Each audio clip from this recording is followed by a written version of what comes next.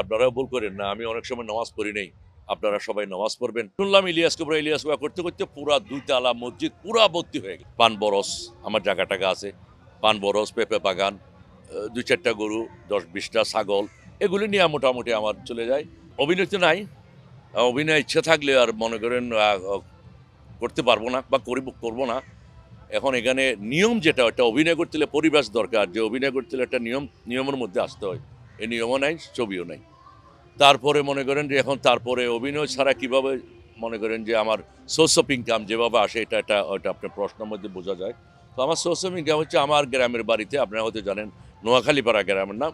ওখানে কিন্তু আমি সামাজিকভাবে কিছু কাজ করি, যেমন মনে করেন পান বরস আমার জায়গা টাকা আছে, পান বরস, পেঁপে বাগান, ২-৪টা গরু, ১০-২০টা ছাগল, এগুলি নিয়ে মোটামুটি আমার চলে যায়। আর আমার ছেলে, এটা হলো আমার ছোট ছেলে, ওর নাম হচ্ছে ফাহিম বিন ইলিয়াস। তার হলে ল কমপ্লিট করছে, এটা ল ফার্মে চাকরি করে। আরেকজন আছে হইলেও আপনার ফয়সাল, বিএসসি ইঞ্জিনিয়ার। আরেকজন আছে ফাহাদ, হলে ব্যবসা করে। না, আমি যখন প্রথম চিল্লাতে যাই ময়মনসিং পড়ছিলাম, ময়মনসিং মানে মানুষ অবাক অবাক হয়ে যায় আর কি, যে ইলিয়াস কোবরা আপনি এরকম, মানে তখন তো সবাই চিনতো, এখন তো দাঁড়িয়ে রাখলেও চিনতে একটু কষ্ট হয়। এক সাইড দিয়ে চলে গেলে কি হয়তো যা কি মার্ক করে না। অনেকে অনেক প্রশ্ন করতো, আমি যেমন নামাজ পড়তে ঢুকলাম একদিন, শুনলাম ইলিয়াস কোবরা করতে করতে পুরা ২ তালা মসজিদ পুরা ভর্তি হয়ে গেল। মানে মানুষ দেখার জন্য এরকম আসছে। আমি যে কদিন ছিলাম, আমরা তো একটা মসজিদে ৩ দিন করে থাকতে হয়।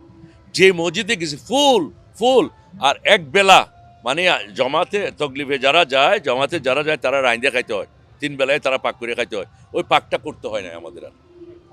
হ্যাঁ, মানে একতারা খাওয়াই, সব খাবারগুলি আমাদের বাইরে থেকে দিছে, যে বলে সবাই এখানে ইলিয়াস কোবরা আইছে, ইলিয়াস কোবরা আইছে, এরকম আর কি। সবাই খাবারটা আমরা মানে ৪০ দিন ৪১ দিন খাবারটাইও মানে আমাদেরকে সাপ্লাই দিছে। ওখানে যেহেতু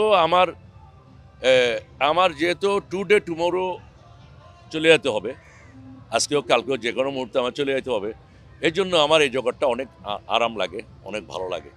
কারণ মানে আরেকটা কথা বলবো, আমি ছোটোখাটো ভাই মানুষ, কোনো কিছু তেমন কিছু না। আমি আরেকটা কথা বলবো আপনাদেরকে, যারা মুসলিম ধর্মের মানুষ আছেন, তাদের প্রত্যেকের প্রতি আমার একটু অনুরোধ থাকবে, আমি বুঝি নাই, আপনারাও ভুল করেন না, আমি অনেক সময় নামাজ পড়ি নাই, আপনারা সবাই নামাজ পড়বেন। কারণ আমাদের একজনকে হিসাব দিতে হবে, আল্লাহকে হিসাব দিতে হবে।